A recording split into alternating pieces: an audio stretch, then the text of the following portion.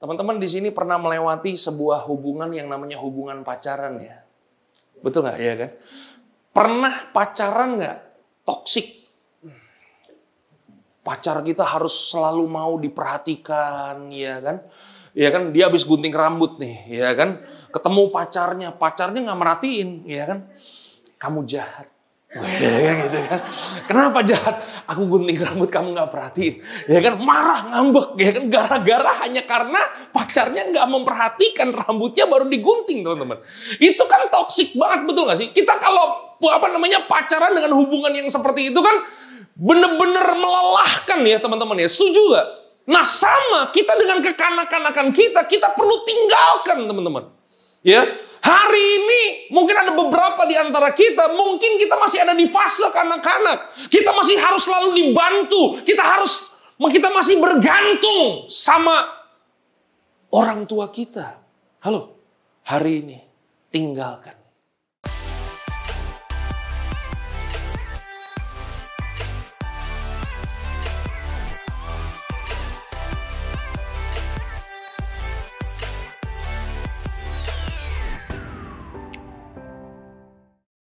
Shalom semua. Teman-teman siap belajar? Ya, teman-teman sebagai sebuah pendahuluan ya bahwa kita akan menjadi gereja pemuritan ya teman-teman ya. Dan teman-teman tahu bahwa kita harus menjadi murid-murid Kristus ya, jadikan setiap diri kita orang-orang yang militan di dalam Tuhan. Oke? Nah hari ini kita akan membahas tentang kedewasaan rohani. Jadi 1 bulan kita akan membahas kedewasaan rohani. Nah di awal bulan ini kita akan belajar bagaimana kita menjadi dewasa ya. Kita akan buka Alkitab kita ya, yang tadi ayatnya udah kita baca teman-teman. Coba kita baca sama-sama 1, 2, 3. Ketika aku kanak-kanak, aku berkata-kata seperti kanak-kanak.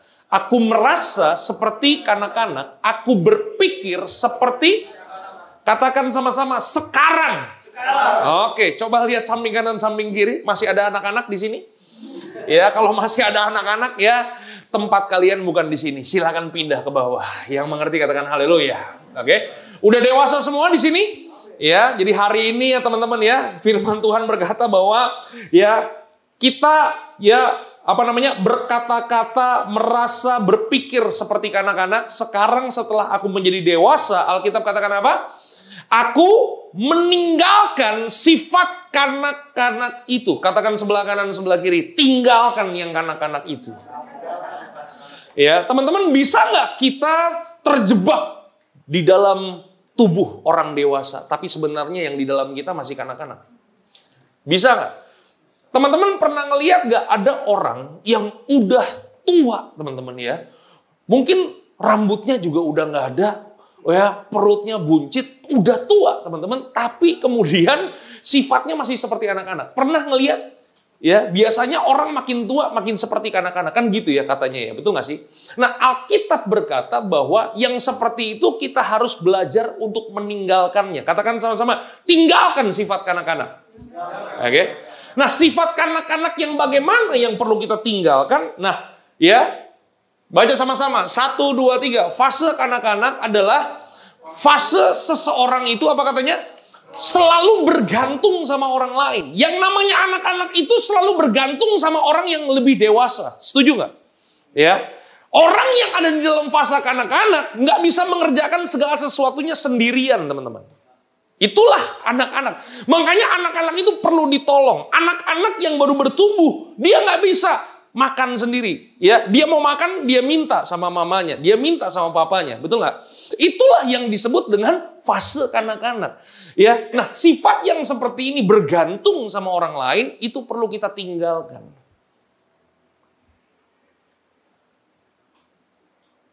Halo, halo. Ya. Jangan sampai kita masih bergantung sama orang lain. Ya. Yang kedua, teman-teman, sifat kanak-kanak yang bagaimana yang perlu kita tinggalkan? Yang kedua adalah begini, oke? Kanak-kanak itu biasanya tidak bisa melakukan kewajibannya tanpa dibantu. Makanya gue kasih gambar, nah seperti anak-anak ini perlu dituntun terus. Betul nggak?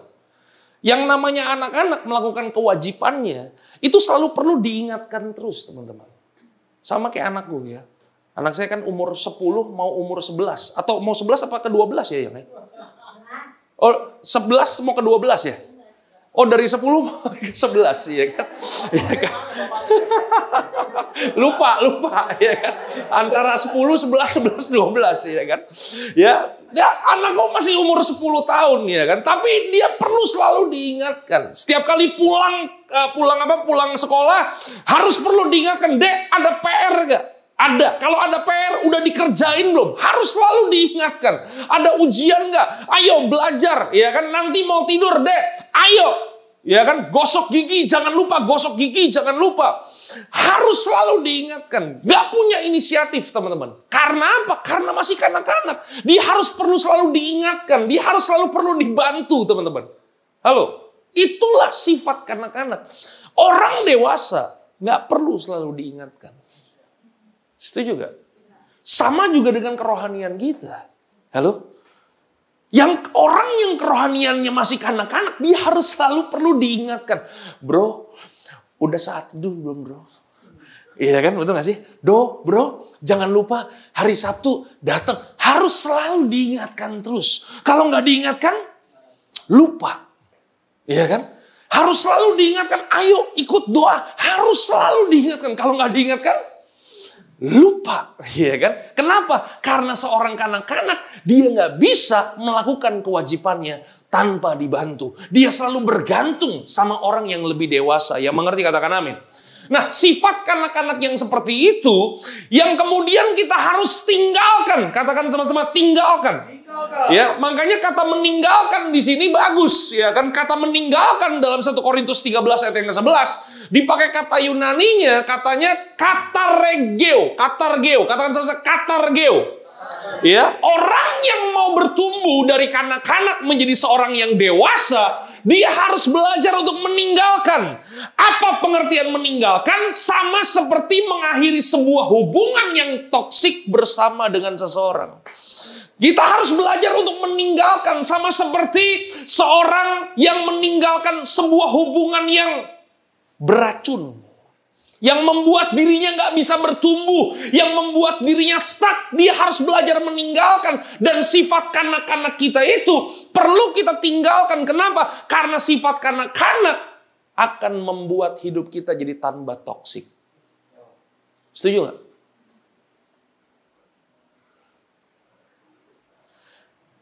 Sekali lagi katakan sama-sama, tinggalkan. Oke? Kalau kita nggak tinggalkan, maka apa yang terjadi? Toksik. Ya kan? Teman-teman di sini pernah melewati sebuah hubungan yang namanya hubungan pacaran ya. Betul nggak? Ya kan? Pernah pacaran nggak? Toksik. Pacar kita harus selalu mau diperhatikan, ya kan? Ya kan, dia habis gunting rambut nih, ya kan? Ketemu pacarnya nggak merhatiin, ya kan? Kamu jahat. Ya gitu kan. Kenapa jahat? Aku gunting rambut kamu nggak perhatiin. Ya kan, marah, ngambek, ya kan, gara-gara hanya karena pacarnya nggak memperhatikan rambutnya baru digunting, teman-teman. Itu kan toksik banget, betul nggak sih? Kita kalau pacaran dengan hubungan yang seperti itu kan bener-bener melelahkan ya, teman-teman ya. Setuju nggak?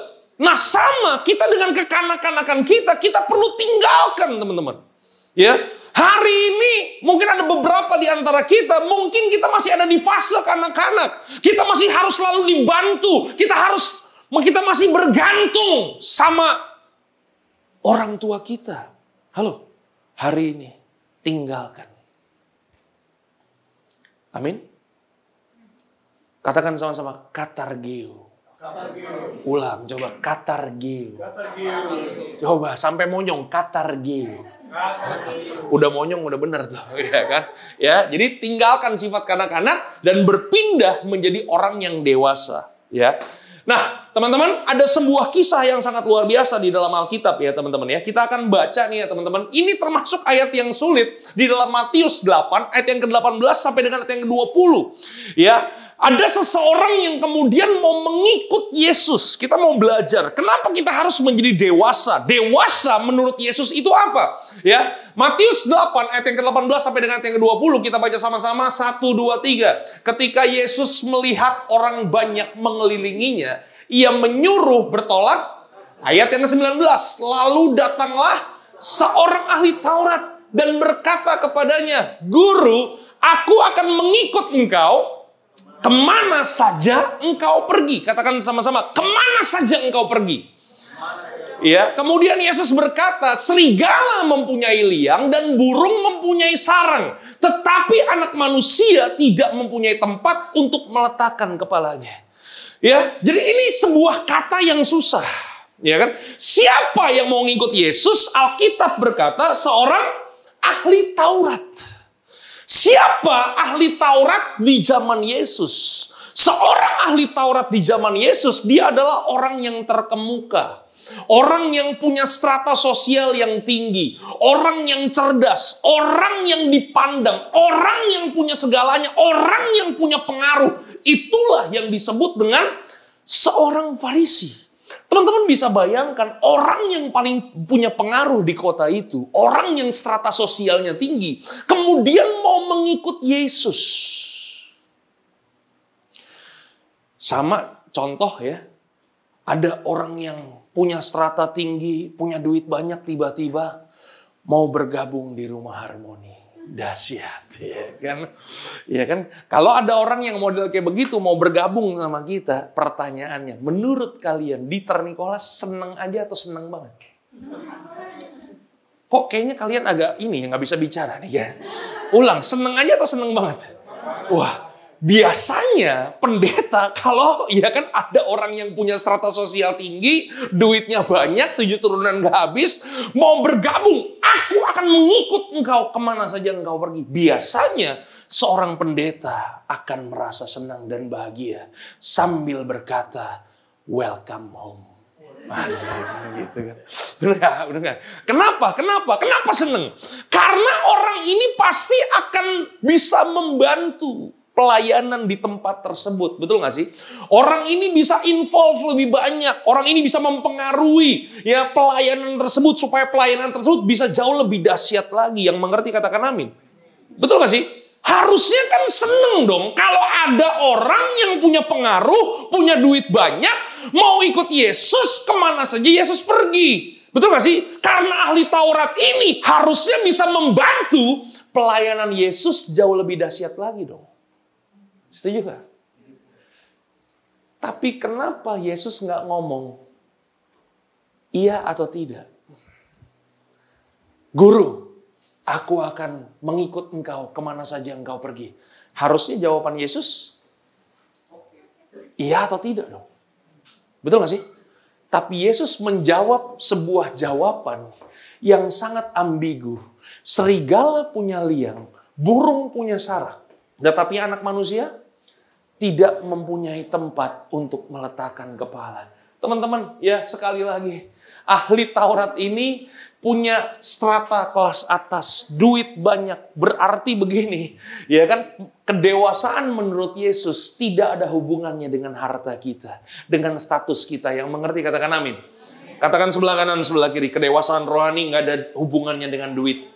Duit you. Gue kan sekarang gitu kan, you dengan I, ya kan, udah nggak sih?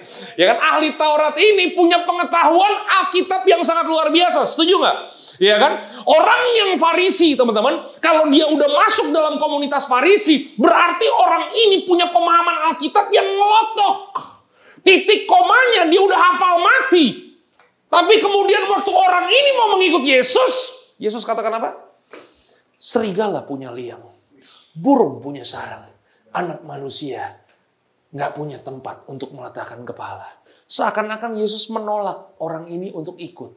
Ya kan? Berarti menurut Yesus yang namanya kedewasaan rohani belum tentu punya pengetahuan Alkitab yang banyak. Dan yang terakhir, orang Farisi ini udah pasti tua. Katakan sebelah kanan, sebelah kiri. Kayak lu.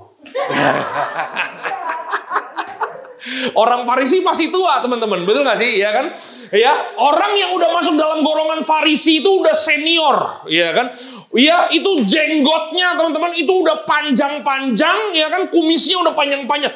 Pernah lihat ya pendekar-pendekar Tai Chi?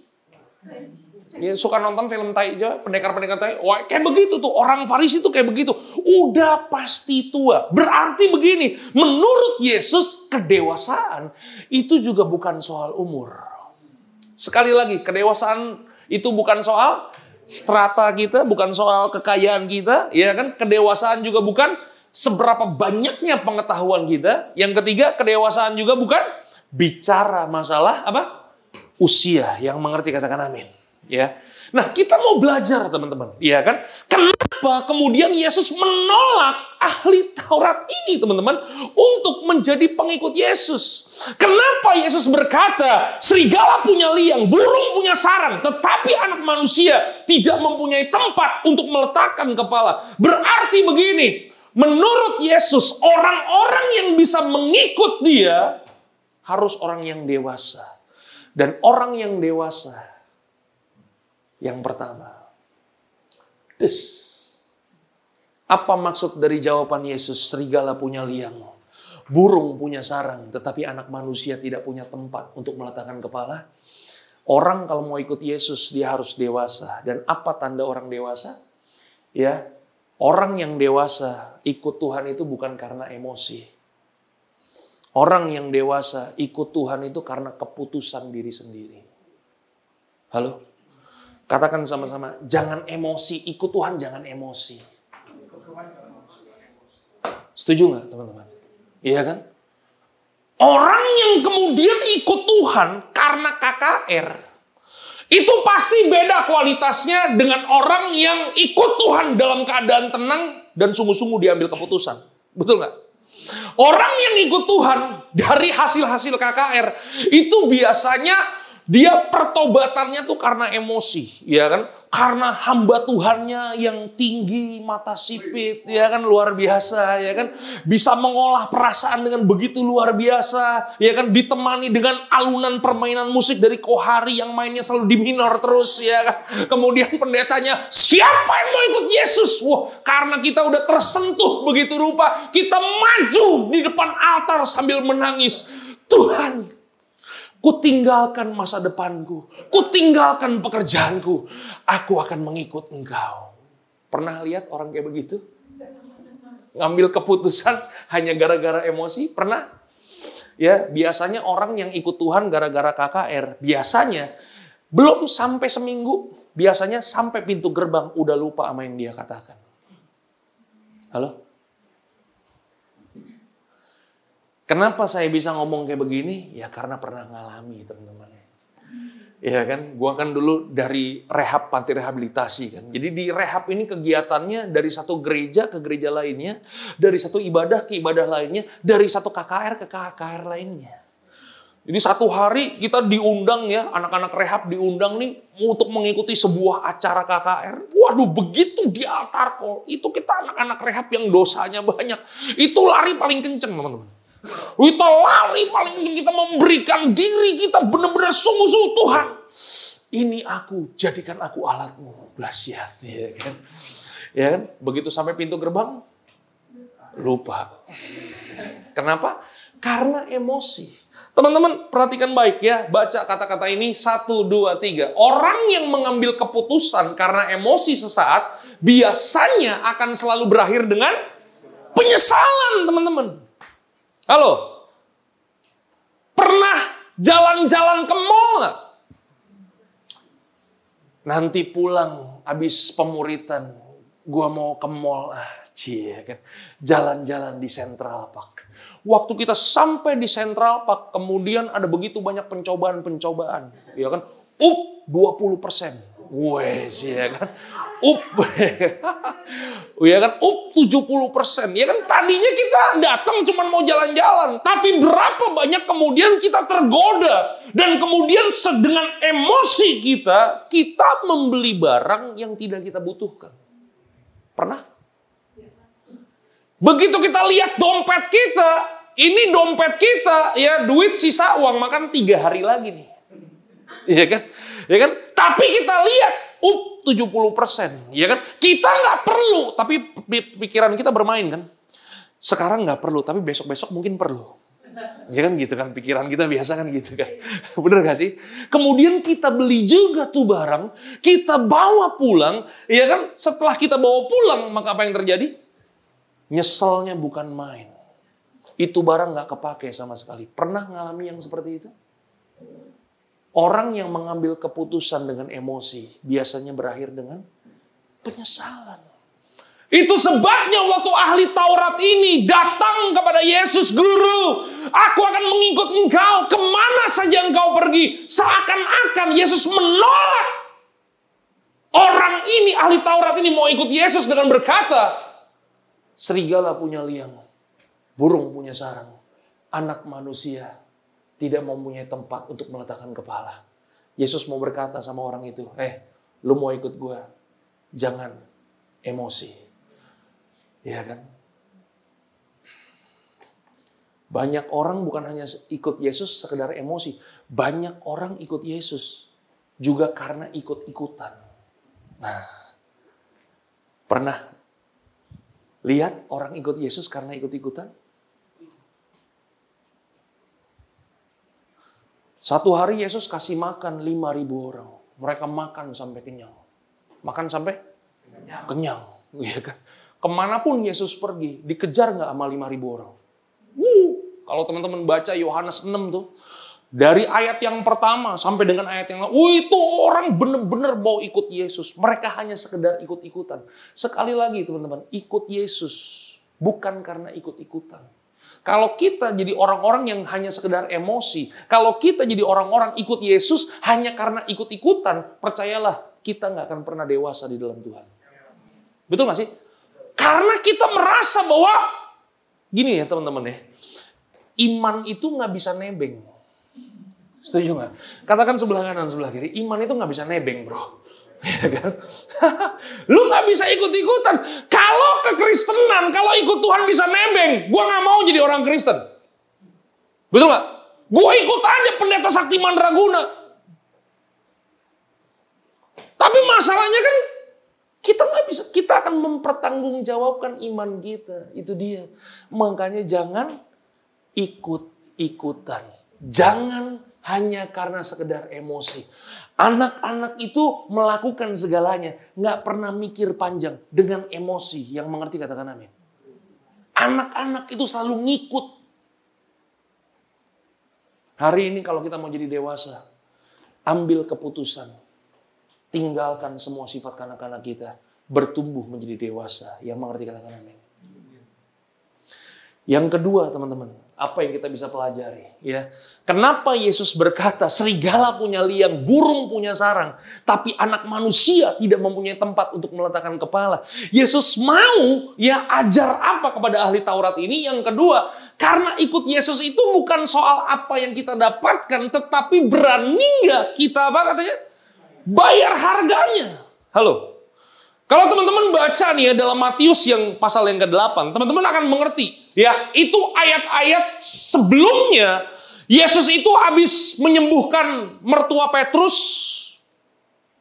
melakukan banyak mujizat di ayat-ayat yang sebelumnya.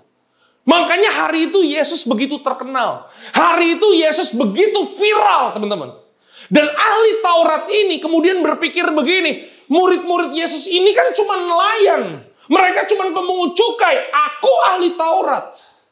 Kalau aku ikut Yesus, waduh, yang nelayan aja diberkati luar biasa. Apalagi yang ahli Taurat. Gua pasti dapat cuan banyak nih. Yang mengerti katakan haleluya. Jadi yang ada dalam pikiran ahli Taurat itu adalah dia mau ikut Yesus karena dia ingin mendapatkan sesuatu. Itu sebabnya kenapa Yesus berkata kepada ahli Taurat tersebut, serigala punya liang, burung punya sarang, anak manusia tidak mempunyai tempat untuk meletakkan kepala. Yesus mau katakan begini, kalau mau ikut gua, jangan punya motivasi, dapatkan sesuatu. Kenapa? Karena ikut Tuhan, itu selalu bicara bayar harga. Halo. Makanya firman Tuhan berkata, kalau engkau ingin membangun sebuah bangunan, hitung dulu anggarannya. Supaya ketika engkau membangun, engkau bisa membangun sampai selesai. Yang mengerti katakan haleluya. Halo?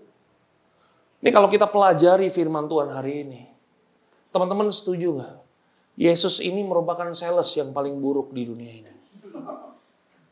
Setuju nggak? Di sini ada yang sales.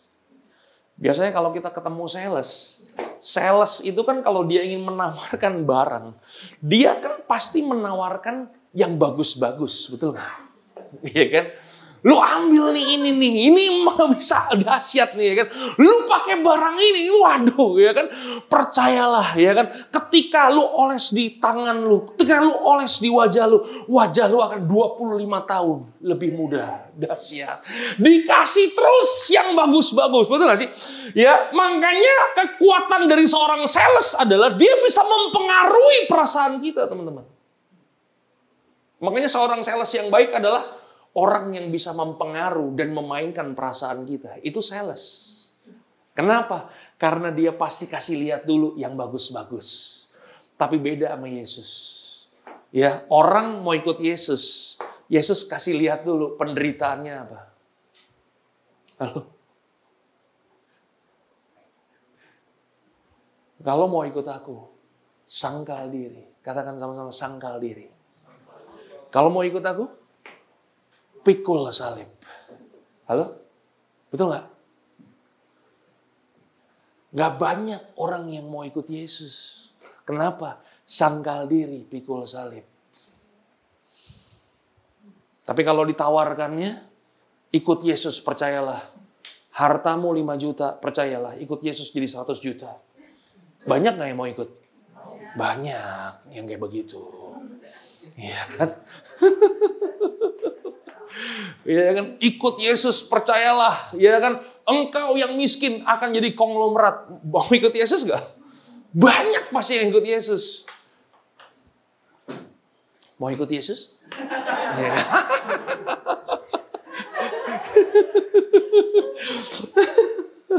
Ya.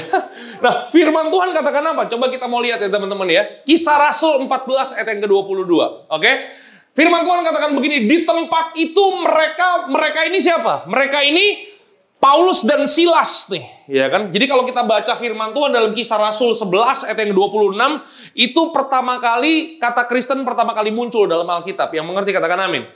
Ya, jadi Paulus dan Silas kemudian mereka ada di Antioquia, mereka mengajarkan murid-murid Kristus sehingga untuk pertama kalinya mereka disebut Kristen. Nah, kemudian di Kisah Rasul 12-13, kemudian Paulus dan Silas pergi ke berbagai macam kota. Sampai di Kisah Rasul 14, mereka tiba di sebuah kota namanya Ikonum. Oke? Dan di kota itulah sejarah mencatat Paulus dan Silas, mereka dilempari batu. Jadi pelayanan dilempari batu. Katakan sebelah kanan, sebelah kiri. Lo kalau pelayanan belum dilempari batu, belum rohani berarti. Mereka diapain? Lempari batu. Oh iya kan? Berarti begini, pelayanan mereka tuh begitu kerasnya teman-teman. Ya firman Tuhan yang disampaikan begitu kerasnya. Orang sampai marah, sampai mau ngelempari mereka dengan batu. Ya kan? Waktu mereka mau dilempari batu, mereka balik lagi ke Antioquia. Kemudian menguatkan murid-murid dan bersaksi tentang pelayanan mereka yang begitu luar biasanya. Ya, disiksa, ya kan? Kemudian dikatakan begini, di tempat itu mereka menguatkan hati murid-murid itu dan menasehati mereka supaya mereka bertekun di dalam iman dan mengatakan bahwa untuk masuk ke dalam kerajaan Allah, kita harus mengalami banyak sengsara. Ikut Yesus itu ada enaknya nggak? Guys, gue bertobat usia 20 tahun. Sekarang usia 42 tahun. Udah berapa lama ikut Yesus? 22 tahun. Kalau ditanya sama gue, bro, ikut Yesus banyak enaknya atau banyak menderitanya? Gue akan kasih tahu banyak enaknya daripada menderitanya. Betul? Tapi gue mau kasih tahu kebenarannya bahwa mau enak mau menderita sama-sama harus kita pikul. Jangan cuma mau enaknya nggak mau menderitanya. Hari ini kan banyak mau enaknya nggak mau menderitanya. enaknya, ikut Yesus. Kalau nggak enak, siapa Yesus itu? Kita lupa sama Yesus. Ya kan? Alkitab mencatat mengalami banyak sengsara, teman-teman. Ya kan? Mungkin hari ini waktu kita melayani, ada begitu banyak orang yang kemudian melukai perasaan kita. Ada orang-orang yang kita layani, kemudian waktu kita layani, mereka nggak bertumbuh di dalam Tuhan, bahkan meninggalkan kita. Bahkan orang-orang yang kita layani mungkin menusuk kita dari belakang. Mengkhianati kita, ngomongin kita, ngejelek-jelekin kita. Itu biasa dalam kekristenan. Halo, Paulus dan Silas aja dilemparin batu.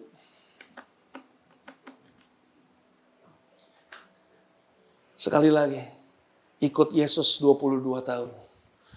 Banyak enaknya, banyak menderitanya. Banyak enaknya. Oke? Tapi sekali lagi, kekristenan harus seimbang. Ada juga menderitanya. Amin. Yohanes 15 ayat yang ke-20 firman Tuhan katakan apa? Ingatlah apa yang telah kukatakan kepadamu. Seorang hamba tidak lebih daripada tuannya. Seorang hamba itu siapa? Hamba itu saudara dan saya. Kita semua hamba. Yang mengerti katakan amin. Seorang hamba tidak lebih daripada tuannya. Siapa Tuhan kita? Tuhan Yesus Kristus. Jikalau mereka menganiaya aku, menganiaya Yesus, mereka juga akan menganiaya kamu. Jikalau mereka telah menuruti firman-Ku, mereka juga akan menuruti perkataanmu.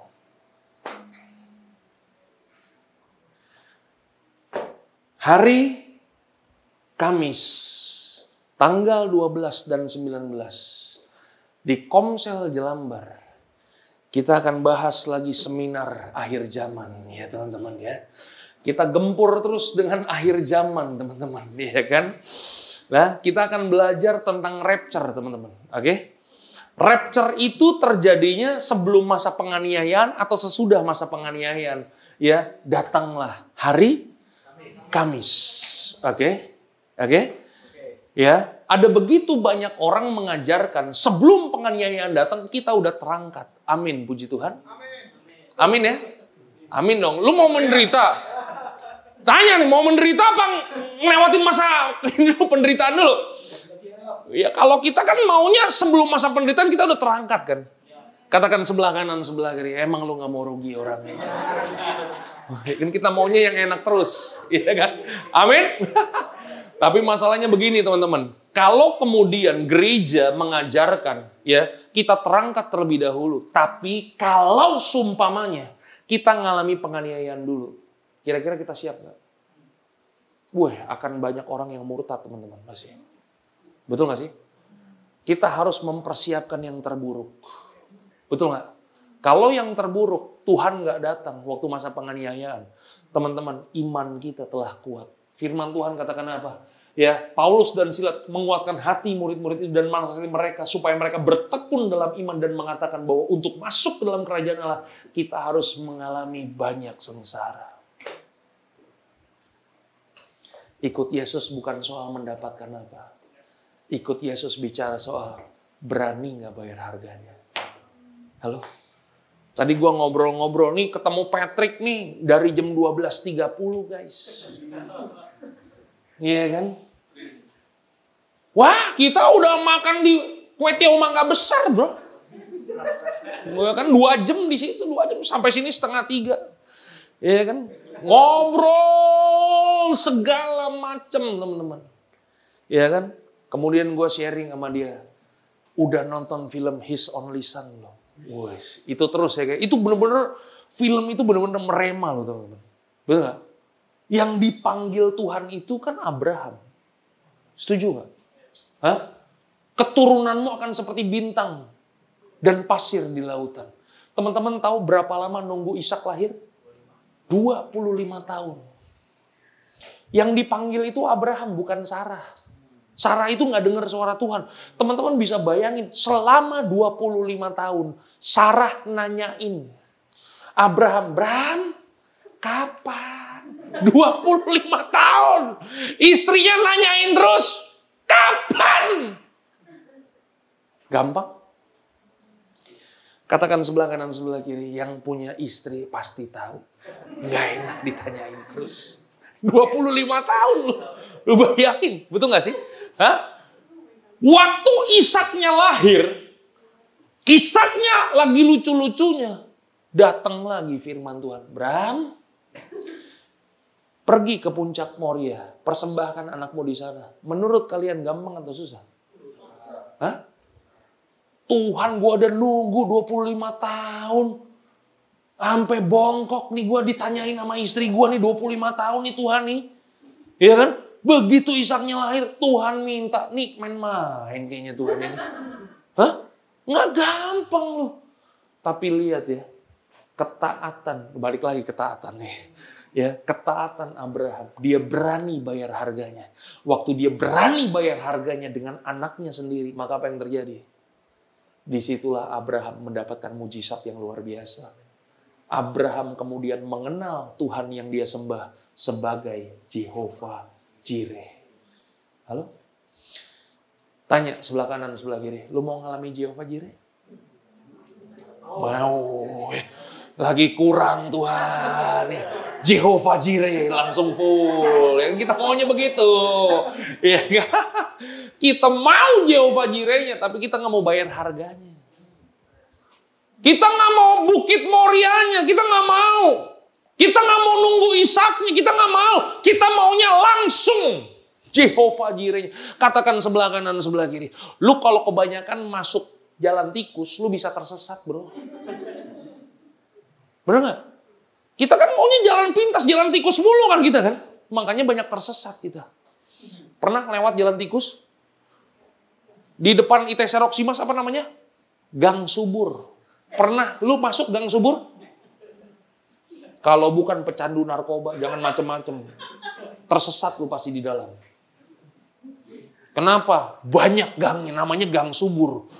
Katakan gang subur. Itu gang beranak terus. Subur. Yang mengerti katakan haleluya. Waduh. Ya itu masuk gang itu. Itu dia teman. Jangan selalu mau jalan pintas. Kekristenan itu bukan soal mendapatkan apa, tapi berani nggak bayar harganya. Ketika engkau berani bayar harganya, Tuhan juga berani untuk hidup bersama dengan engkau. Amin. Yang terakhir, katakan sama-sama yang terakhir. Ya, yang terakhir memberikan penghiburan kepada kita. Udah mau kelar berarti. Ya kan? Karena 3 yang terbaik. Ya kan? Tuhan kita Tritunggal yang terbaik. Gua kasih yang terbaik buat teman-teman. Asik. Ya, apa maksud dari jawaban Yesus? Yesus ingin apa sih? Kenapa Yesus berkata serigala punya liang, burung punya sarang, tetapi anak manusia tidak mempunyai tempat untuk meletakkan kepala? Katakan sama-sama, meletakkan kepala. Meletakkan kepala ini artinya apa? Lu pulang dari tempat ini, gue mau nanya. Ada yang masih ngayap dulu ke Bogor? Hah? Waduh. Ini yang doyan jalanannya ngomong buset, guys. Ini kan doyan jalan nih. Yang fotonya selalu di luar kota terus. Iya kan? Masih mau ke Bogor, bro? Pulang dari sini mau ngapain? Pulang ke rumah. Kenapa rumah? Karena rumah adalah tempat kita beristirahat meletakkan kepala. Setuju gak sih? Serigala itu punya liang. Kenapa liang? Karena liang itu adalah rumahnya serigala. Tempat yang nyaman buat serigala pulang. Burung itu rumahnya di mana? Di sarang. Tapi anak manusia tidak mempunyai tempat untuk meletakkan kepala. Artinya apa? Artinya begini. Di dalam Tuhan tidak ada zona nyaman. Kalau engkau mau bertumbuh dewasa, engkau harus dengan kesungguhan hati meninggalkan semua sifat kanak-kanakmu. Sekalipun meninggalkan sifat kanak-kanak itu sakit buat kita. Halo? Kita yang udah biasa bergantung sama orang lain. Kita yang udah biasa diingatkan segala sesuatunya, tiba-tiba fasilitas itu dicabut. Enak gak? Gak enak. Tapi itu harus kita lakukan. Kita harus bertumbuh, teman-teman. Yang mengerti katakan amin. Ya. 3 fase kehidupan manusia. Fase kanak-kanak, fase dewasa penuh. Yang mengerti katakan amin.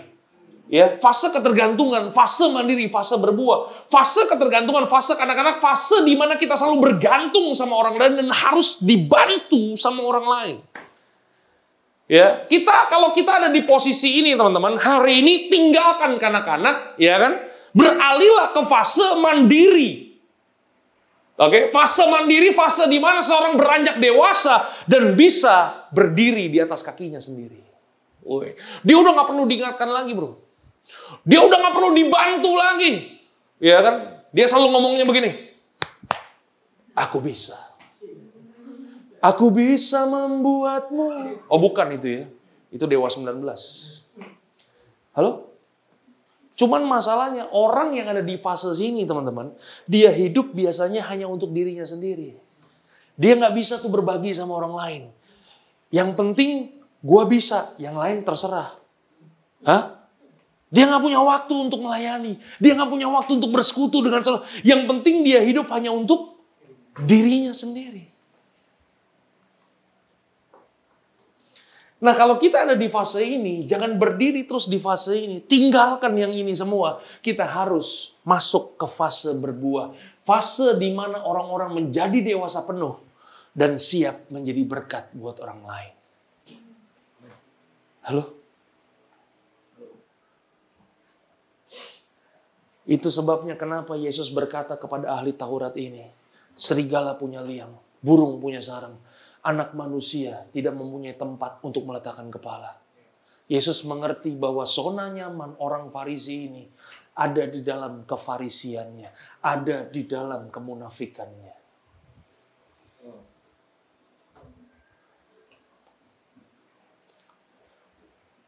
Ini kayaknya habis dengar khotbah ini, kalau ada beberapa di antara kita yang ingin meninggalkan Yesus, ya jangan dilakukan. Ya, kayaknya ikut Yesus berat banget deh. Hah? Mau bertumbuh dewasa? Mau. Makanya gini ya teman-teman ya, kita hidup di dunia ini. Bukan berapa lamanya, tapi seberapa berartinya kehidupan kita. Ada yang tahu kira-kira umur seseorang itu mentoknya di mana? Alkitab mencatat usia manusia itu 70 tahun. Kalaupun dia sampai 80 tahun, mahkotanya itu penderitaan. Setuju ya? Betul nggak? Tapi ada yang yakin bisa sampai 80 tahun semua di sini? Kalau gua lihat dari cara makan kalian, kayaknya agak berat ya sampai 80 ya. Hah? Apalagi abis nonton Netflix Ice Cold. Ya. Iya kan? Umur manusia gak ada yang tahu, setuju gak sih? Hah? Betul gak? Gue pun gak tahu sampai kapan, sampai umur berapa. Gue akan, oke Dieter, udah waktunya, go home. Gak tahu sampai kapan. Gak ada siapapun di antara kita yang tahu. Tadi ada yang kesaksian ya. Tadi lu baru besuk orang meninggal. Usia berapa tahun? 16 tahun. Meninggal karena? Jatuh dari sepeda meninggal guys. Main sepeda. Buat yang suka main sepeda. Nggak bercanda ya bro ya. Maksud gue adalah teman-teman bisa bayangin. Ini main sepeda road bike apa sepeda seli bro? Jalan lagi mau ke sekolah doang. Lah, berarti dia bukan pesepeda. Dia mau berangkat sekolah dengan sepeda. Yang mengerti katakan amin. Meninggal teman-teman. Usia berapa tahun? 16 tahun. Kita nggak pernah tahu berapa lama usia kita di dunia ini. Katakan sebelah kanan, sebelah kiri. Lu jangan kegeeran lu. Belum tentu lu sampai tua. Betul gak sih? Tapi masalahnya kekristenan kita bukan masalah berapa lamanya kita menjalani kehidupan ini. Berapa lama pun yang Tuhan percayakan kepada kita, gunakan waktu dan kesempatan untuk tidak menyia-nyiakan kasih karunia Tuhan. Bertumbuhlah semakin dewasa. Tinggalkan sifat kekanak-kanakan. Yang mengerti katakan amin. Ya. Minggu depan kita akan dilayani oleh hambanya yang sangat luar biasa. Surilius teman-teman. Ya. Pastikan teman-teman ajak semua ya teman-teman kita ya. Nih kayaknya makin lama kita makin sepi aja nih. Ya kan? Memang kalau ya kan ikut Yesus menderita ya begini ya kan, nggak masalah ya kan. Ya kan? Apapun resikonya yang mengerti katakan amin. Katakan sebelah kanan sebelah kiri, lebih baik 12 berlian. Ya kan daripada 1000 kerikil ya teman-teman ya. Oke? Jadilah orang-orang yang militan, oke? Tuhan Yesus memberkati teman-teman. God bless you all. Haleluya.